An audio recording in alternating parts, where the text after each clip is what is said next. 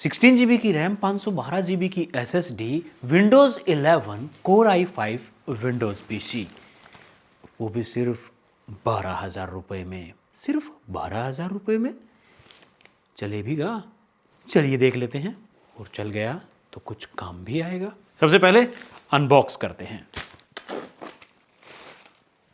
और यहाँ पे आप देख सकते हैं कीमत लिखी हुई है 35,999। 35,000 का नहीं, मैंने आपको बताया 12,000 रुपये के आसपास मैंने इसको खरीदा है। लिंक इसका भी नीचे डिस्क्रिप्शन के अंदर मिल जाएगा। ये एक रिन्यूड प्रोडक्ट है। पैकिंग काफ़ी अच्छे से कर रखी है। सबसे ऊपर बिल, और यहाँ पे 6 मंथ की अमेजन की वारंटी आप देख सकते हैं। 6 मंथ का कार्ड मुझे मिला है, रिन्यूड प्रोडक्ट के ऊपर अमेजन देता है, तो 6 महीने की वारंटी मेरे पास इसकी मिली है। और वारंटी को रजिस्ट्रेशन कैसे करना है वो सारी चीज़ें इसके ऊपर लिखी हुई हैं, कैसे आप वारंटी को क्लेम कर सकते हैं। खैर, हम देखते हैं सबसे पहले इसके अंदर, डिब्बे के अंदर क्या है। सबसे पहले यहाँ पे पावर कोड दिखाई देती है। देखिए एकदम नए जैसी है, कहीं पे कोई मार्क नहीं है इस तरह का यूज का मार्क। इसके साथ ये देखा जाए तो ये पावर सप्लाई है, और पावर सप्लाई देखिए डेल का ओरिजिनल पावर सप्लाई है 65 वाट की, तो काफ़ी अच्छी चीज़ है। और इसके ऊपर भी कोई सिंगल मार्क नहीं है यूज़ का, कहीं यूज़ किया हो, पूरी तरह से नए जैसी है। तो मे बी पावर सप्लाई नई ही दी होगी उन्होंने। यहाँ से पता चल जाता है कोई चीज़ यूज़ हुई है कि नहीं हुई है। ये एक विंडोज़ पीसी, बस और कुछ नहीं है। पूरी तरह से क्लीन है, सिंगल मार्क नहीं है यूज़ का, पूरी तरह से। यहाँ पे भी आप देख सकते हैं सारी चीज़ें लिखी हुई हैं। ये है ऑप्टिलैक्स 7040 मॉडल। ईयरफोन लगाने के लिए, ये माइक लगाने के लिए USB 3 का पोर्ट, और ये साथ में इन्होंने लगा रखा है SSD। यहाँ पे इन्होंने दे दी शायद एक्स्ट्रा बाइट, ये वाईफाई का दे दिया इन्होंने, वाईफाई डोंगल इसके अंदर ही लगा के। और पीछे की तरफ भी आप देखेंगे तो वाईफाई का एंटीना लगा हुआ है। तीनों की, चारों के चारों USB पोर्ट हैं, USB 3 पोर्ट हैं। यहाँ एक आपको और एक्स्ट्रा हार्ड डिस्क वगैरह लगाना चाहें तो ये डिस्प्ले पोर्ट की आउटपुट है, और साथ में यहाँ पे HDMI लगा सकते हैं आप। और ये है इसका पावर लगाने के लिए जो ऑप्शन होता है वो रिन्यूड है। तो ये चीज़ें देखिए सारी पूरी तरह से नई लगा के इन्होंने दी है। एक बार अंदर की तरफ और देख लेते हैं यूज़ करने से पहले कि कहीं कोई इस तरह की गड़बड़ तो नहीं है। खोल के और देखते हैं इसको। ये देखिए इसके अंदर 512 GB की SSD लगी हुई है। यहाँ पे JDS, इसका मतलब यूज़ पहले हुआ है, रिफर्बिश किया है 1 जनवरी 2024 को। आप देख सकते हैं इसकी रीपैक किया गया है इसको। और एक बार SSD और निकाल के देखते हैं कि वो कैसी है, कौन सी SSD इन्होंने। देखिए मदरबोर्ड देखेंगे तो पूरी तरह से नया यहाँ पे है। ये एंटीना है, वाईफाई का यहाँ पे लगा रखा है इन्होंने। देखिए यहाँ पे ये एंटीना है, वाईफाई का एंटीना डायरेक्ट आप यहाँ पे लगा सकते हैं, तो ज़रूरत नहीं है आपको कोई भी एक्स्ट्रा यहाँ पे डोंगल वगैरह लगाने की, एक सिर्फ एंटीना आपको लगाना है। और दूसरा देखिए एक चीज़ और इन्होंने इसमें मॉडिफाई कर दी है पहले के मुकाबले। आप SSD लगाना चाहते हैं तो SATA पोर्ट जो है इन्होंने यहाँ पे बाहर ही दे दी। अब देखते हैं SSD कौन सी लगा रखी है। मैट्रिक्स की है, और 512 GB की SSD है। आप देख सकते हैं 512 GB की SSD है, पूरी तरह से सील पैक है। तो कुल मिला के सारी चीज़ें काफ़ी ठीक हैं। अब इसको एक बार टेस्ट करते हैं कि ये काम करेगा या काम नहीं करेगा। और एक अच्छी चीज़ पता है, इसमें NVMe की पोर्ट भी है। आप चाहें तो इसको अगर एक्सटेंड करना चाहते हैं, हार्ड डिस्क SSD को एक्सटेंड करना चाहते हैं, बढ़ाना चाहते हैं, तो यहाँ से आप लगा सकते हैं। NVMe का पोर्ट है यहाँ पे। कुल मिला के चीज़ें तो इन्होंने काफ़ी अच्छी दी हैं, अब बस ये चल और जाए। अच्छी चीज़ है, स्पीकर भी है, स्पीकर में भी कोई डैमेज नहीं है। तो कुल मिला के एक पूरा सिस्टम आपको मिल जाता है। चलिए इसको बंद करके एक बार और कनेक्ट करके देखते हैं PC को। चलिए अब एक बार इसको लगा देते हैं, और ये पार्ट जो है इसके साथ इसको अटैच कर देते हैं। और हो गया, इतना सा है। और ये है मेरे मॉनिटर की HDMI केबल। इसको HDMI को देखिए 2 पोर्ट बने हुए हैं यहाँ पे, एक HDMI का पोर्ट है और दूसरा यहाँ पे डिस्प्ले पोर्ट है। दोनों ही ऑप्शन दिए गए हैं, तो मैं HDMI को यहाँ पे यूज़ करूँगा। HDMI मैंने इसके साथ कनेक्ट कर दिया यहाँ पे। और ये मेरे कीबोर्ड माउस हैं, सारे के सारे इसी के साथ अटैच होते हैं, ऑडियो वगैरह। तो एक USB की जगह पे इसको भी कनेक्ट कर देते हैं।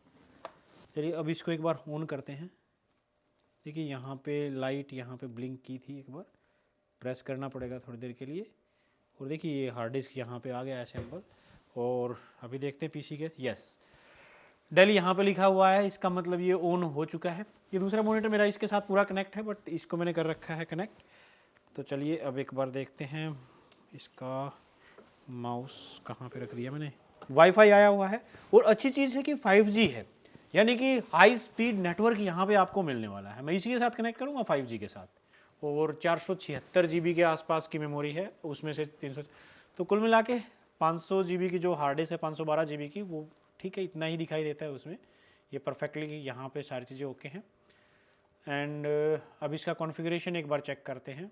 अब इसके कॉन्फ़िगरेशन की बात करें तो 16 GB की रैम है, Core i5 6th generation CPU है, और साथ में यहाँ पे आप देखेंगे तो इसके अंदर विंडोज़ की देखें तो विंडोज़ 11 प्रो यहाँ पे दी गई है। 12,000 रुपये में विंडोज़ 11 प्रो के साथ एक 16 GB का Core i5 512 GB के साथ इन SSD के साथ, I think it's quite good. अब बात ये आती है कि क्या ये हमारे वीडियो एडिटिंग में काम कर सकता है। अब यहाँ पे एक बार इसका स्पीड टेस्ट रन करते हैं। स्टार्ट 14 मिलीसेकंड की, और जहाँ पे मेरा जो मेन पीसी है यहाँ पे 57 की देता है, जो मैक्सिमम स्पीड देता है, और यहाँ पे देखिए 42 Mbps की स्पीड मिल रही है बगैर किसी एंटीना के। चलिए अब इसमें कुछ सॉफ्टवेयर वगैरह डाउनलोड करके देखते हैं और देखेंगे कि क्या ये वीडियो एडिट कर पाएगा। बोल तो अगर आप कम बजट में एक विंडोज़ पीसी बिल्ड करना चाहते हैं जो आपके लगभग सारे काम कर दे और कैजुअल वीडियो एडिटिंग 1080p तक की भी कर पाए, तो आई थिंक 12,000 रुपये में वर्थ बनता है। आप इसे ले सकते हैं, लिंक नीचे डिस्क्रिप्शन के अंदर है, वहाँ से आप इसको परचेज कर सकते हैं। चलिए अब एक बार इसके ऊपर एडिट करके देखते हैं वीडियोज़ को। यहाँ से देखिए मैं कुछ फाइल्स जो फिल्मोरा मैंने इंस्टॉल कर लिया है इसके अंदर, और कुछ बेसिक फाइल्स हैं वो यहाँ से मैंने डाउनलोड कर ली हैं। और देखिए डाउनलोडिंग स्पीड भी काफ़ी अच्छी है, यहाँ पे कोई एंटीना कनेक्ट नहीं हुआ है, उसके बावजूद बहुत अच्छे से ये डाउनलोड कर रहा है। ये देखिए काउंटडाउन वगैरह मैं यहाँ पे सारी चीज़ एक बार डाउनलोड कर देता हूँ, फिर इसके ऊपर कुछ इफेक्ट्स अप्लाई करेंगे। अब इसके ऊपर कुछ कलर्स वगैरह अप्लाई करके देखते हैं, कुछ कलर करेक्शन करते हैं। मे बी एक्यूरेट होगी या नहीं होगी, बस जस्ट एक टेस्टिंग के लिए हम कर रहे हैं। यहाँ पे थोड़ा सा मैं इसके डार्कनेस बढ़ा देता हूँ, यहाँ से मिड टोन्स को थोड़ा सा कर देते हैं, और शेडोज़ को थोड़ा सा और डार्क कर देते हैं, डार्क सीन बन जाएगा। यहाँ से इसके ऊपर अप्लाई करते हैं, एक ट्रांजिशन अप्लाई कर देते हैं। ये ट्रांजिशंस हैं यहाँ पे, और कुछ एक ट्रांजिशंस इनके बीच में लगाएंगे, कुछ ट्रांजिशंस इस तरीके से। मैं यहाँ पे ये एक ट्रांजिशन लगा देता हूँ, कुछ टाइटल्स भी डाल देते हैं अभी वो। चलिए अब एक बार इसको मैं एक्सपोर्ट करके देखता हूँ, और ये माई वीडियो नाम से हुआ है। एक्सपोर्ट मैं करूँगा इसको 1080p में ही करते हैं, इसी को देखेंगे एक बार और देखते हैं कितना करेगा कि नहीं करेगा। ऑटो हाईलाइट में ऑफ कर देता हूँ, एंड यहाँ पे एक्सपोर्ट करते हैं, एनेबल GPU एक्सेलरेटिंग एक्सपोर्ट। कितना टाइम लगेगा देखिए, कितनी तेज़ स्पीड से हो रहा है। और यहाँ पे इसके हम यहाँ पे देखें तो CPU 100% यूज़ हो चुका है, मेमोरी अभी भी पेंडिंग है, GPU यहाँ पे यूज़ हो रहा है। ये एक अच्छी चीज़ है कि GPU भी इसका काम कर रहा है। And export it, open folder, and this is the video.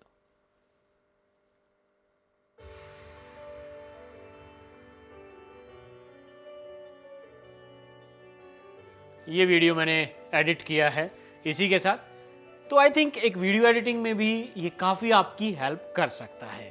और ये वीडियो जो आप देख रहे हैं वो इसी पीसी से एडिट किया गया है, तो वीडियो एडिटिंग में भी आपकी काफ़ी हेल्प कर सकता है। छोटा सा और कम बजट में एक अच्छी ऑप्शन हमारे पास है। इवन आप इसको टीवी के पीछे लगाएं तो आपका टीवी भी पीसी का काम करने लगेगा। थोड़ी सी जगह लेता है तो ईजिली कहीं भी इंस्टॉल हो सकता है।